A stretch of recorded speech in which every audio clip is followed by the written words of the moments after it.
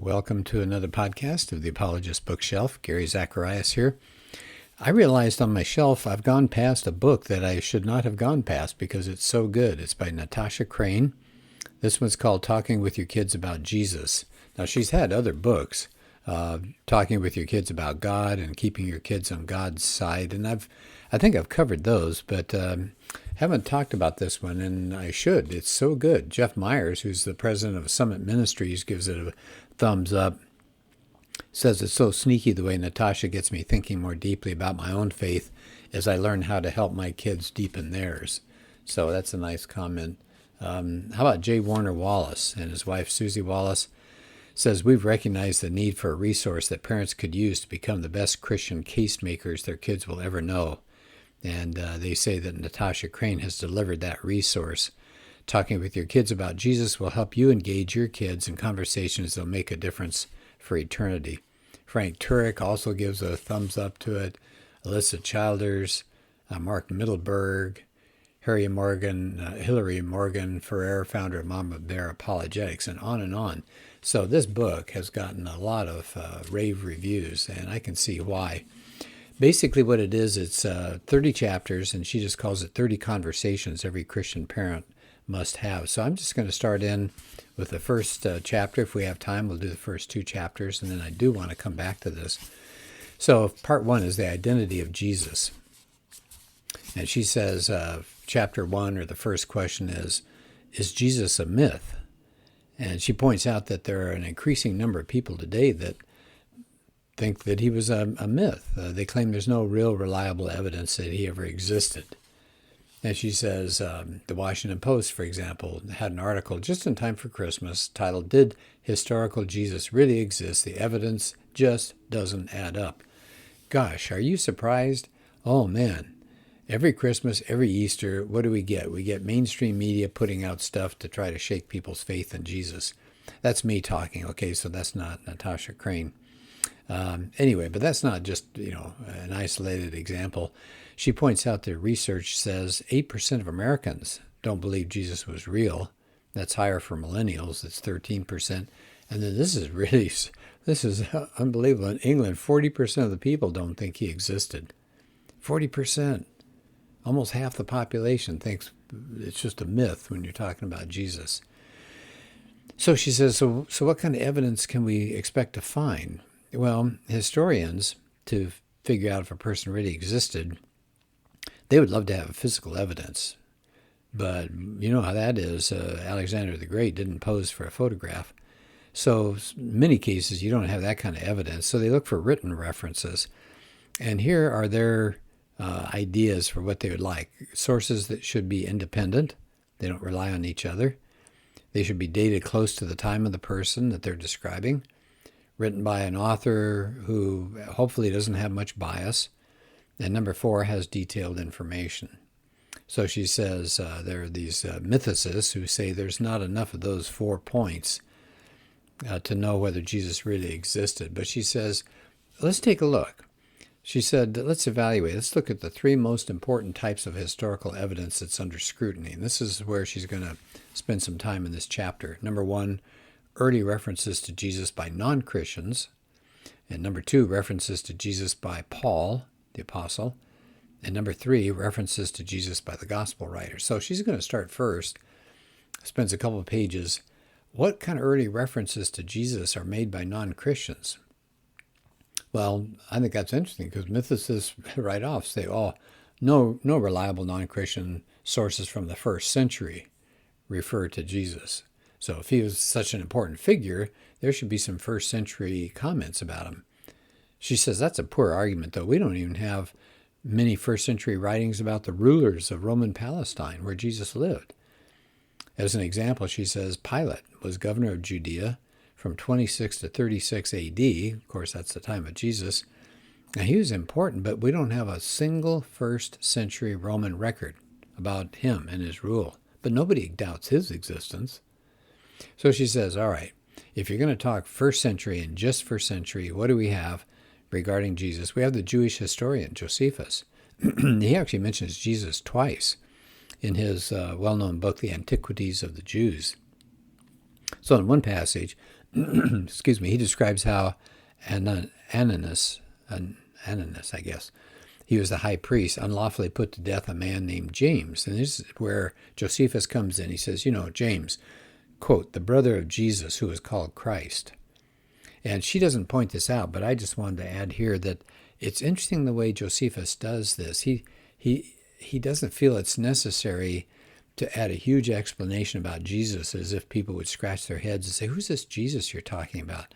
Instead, he just says James got put to death by this high priest and just kind of casually mentions this James was the one who's the brother of Jesus, as if a lot of people in his time period, remember this is first century, a lot of people in his time period are going to say, oh, yeah, Jesus, the one who, et cetera, et cetera. So they're going to know something about him. Then there's a second passage that Josephus has. He spends more time talking about Jesus as a wise teacher who did some startling deeds and got condemned and crucified and had followers who thought he rose from the dead. Now, keep in mind, Josephus did not think Jesus was the Messiah, but he at least points out enough that we would say, okay, he must have believed in Jesus' existence.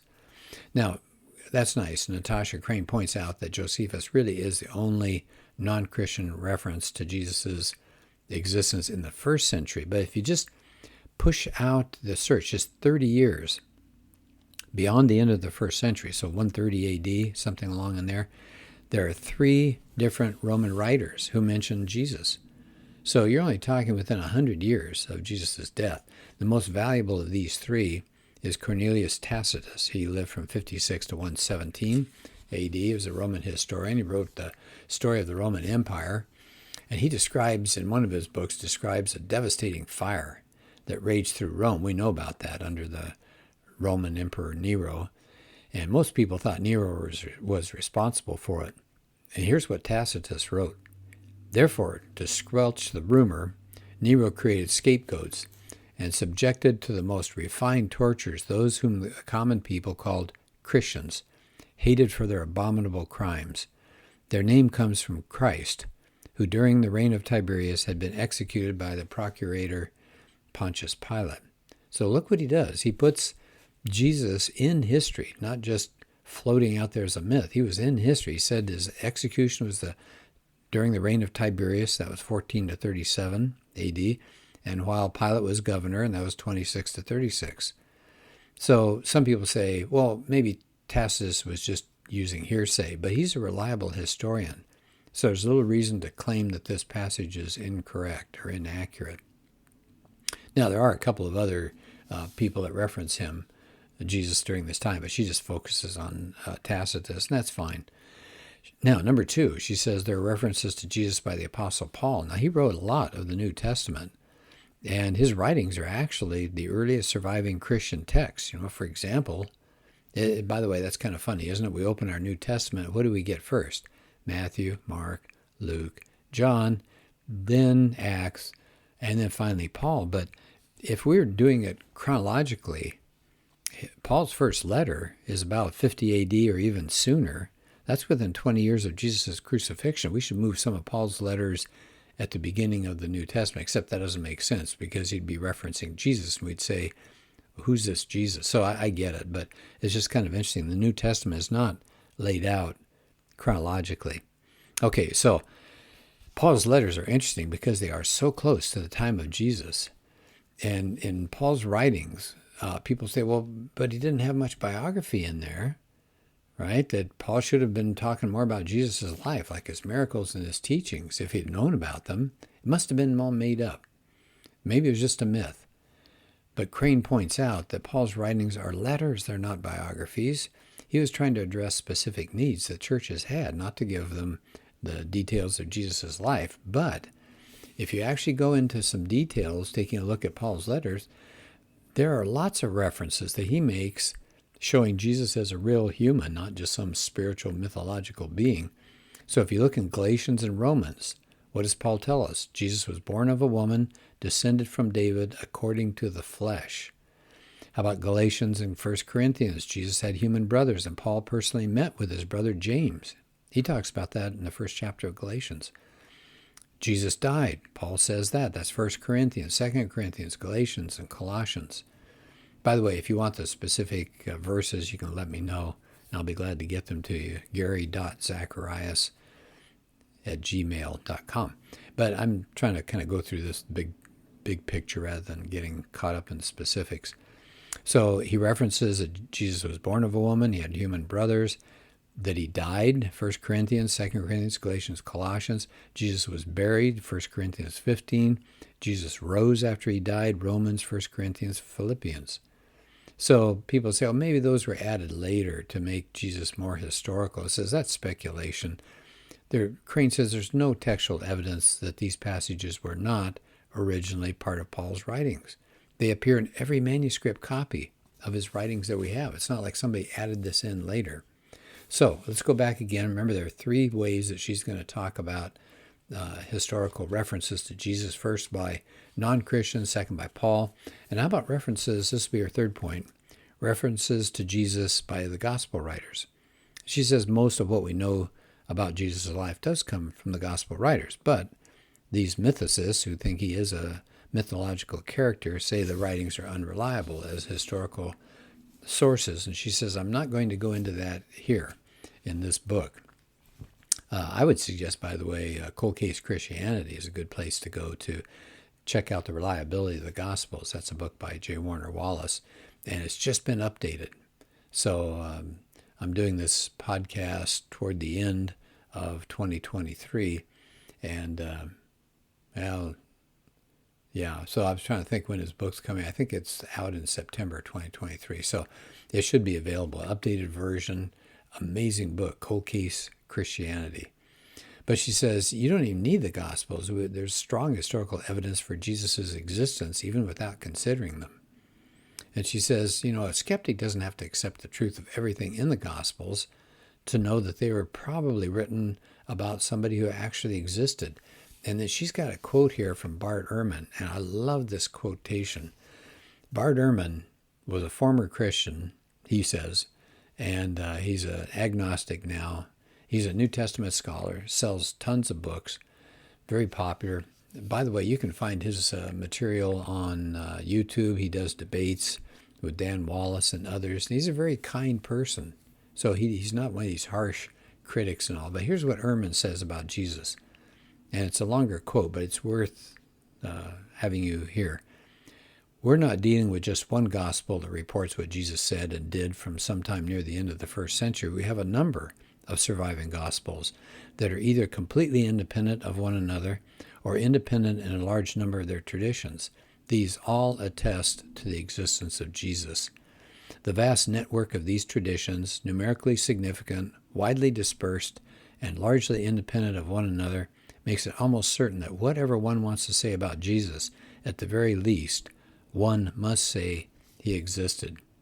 And so as she wraps up her chapter, she says, that Washington Post article about Jesus not existing, she said, that's sensationalism, that's misleading. Virtually all historians and New Testament scholars agree that he existed. We have all these multiple independent sources within just a few decades after his death. All right, so that's her chapter. Now I wanted to tell you what else she does with these chapters. At the end of every chapter, she has two new divisions. One's called Key Points, and the other one's a conversation guide. So I just wanted to touch on those briefly. So the key points is just what it says. She covers the key points of what the whole chapter is about. So she says, for example, under key points, three important types of historical evidence that Jesus existed would be the early references by non-Christians, references by Paul, and by the gospel writers. And she said, we don't have many non-Christian sources from the first 100 years, but we wouldn't expect that. But the few that we do have, like Tacitus and Josephus, are strong evidence. And then she says Paul's writings are letters, not biographies, so we shouldn't expect to hear every part of his life, but there are several passages that show he knew Jesus was a real person. She says, finally, a skeptic doesn't need to accept the truth of everything in the Gospels to acknowledge they must have been written about somebody who actually existed. And then the end of the chapter, and this is the part I like a lot. Remember, this whole book is supposed to be 30 conversations every Christian parent has to have. So far, this is not a conversation. This is just the information. But then she ends it, every chapter, with a conversation guide. So I just wanted to give you an example of this. So she says in this chapter, You could ask this kind of question. If you're a historian who wanted to confirm that George Washington existed, what kind of evidence would you look for? And then she has a section called Advancing the Conversation. Okay, now think about the kinds of evidence you'd look for if you wanted to confirm that Jesus existed. What would you hope to find? Here's another item under Advancing the Conversation. Some people think there isn't enough evidence to think he existed because we don't have that many early writings from non-Christians. Would you expect them for there to be a lot of early non-Christian writings about Jesus? And then she has another question. There are also people who think Apostle Paul believed Jesus was just a spiritual being and didn't exist. But look what he says in 1 Corinthians 15, 3-4, and Galatians 1:19, and Galatians 4:4. Look at these sample verses. What do they tell us that Paul believed about Jesus? How about this one? Do you think someone who doesn't believe all that the Gospels tell us about Jesus should also think Jesus didn't exist? And that's where that Bart Ehrman quote comes in. And then the last section here she calls Apply the Conversation. Now she says in an online article titled 5 Reasons to Suspect that Jesus Never Existed, the author's first 2 points are, number 1, no first century secular evidence whatsoever exists to support the actuality of Jesus. Number 2, the earliest New Testament writers, Paul, seem ignorant of the details of Jesus' life. She says, how would you respond based on what you learned in this chapter? Well, you already learned it. You can toss those 2 complaints out. So that's her book. Again, it's called Talking with Your Kids About Jesus. I highly recommend anything Natasha Crain puts out. It's Crain if you want to look her up. She's got a great podcast, and you just find her all over the place now. People love the material that she's putting out. Well, thanks, and we'll tackle another book later.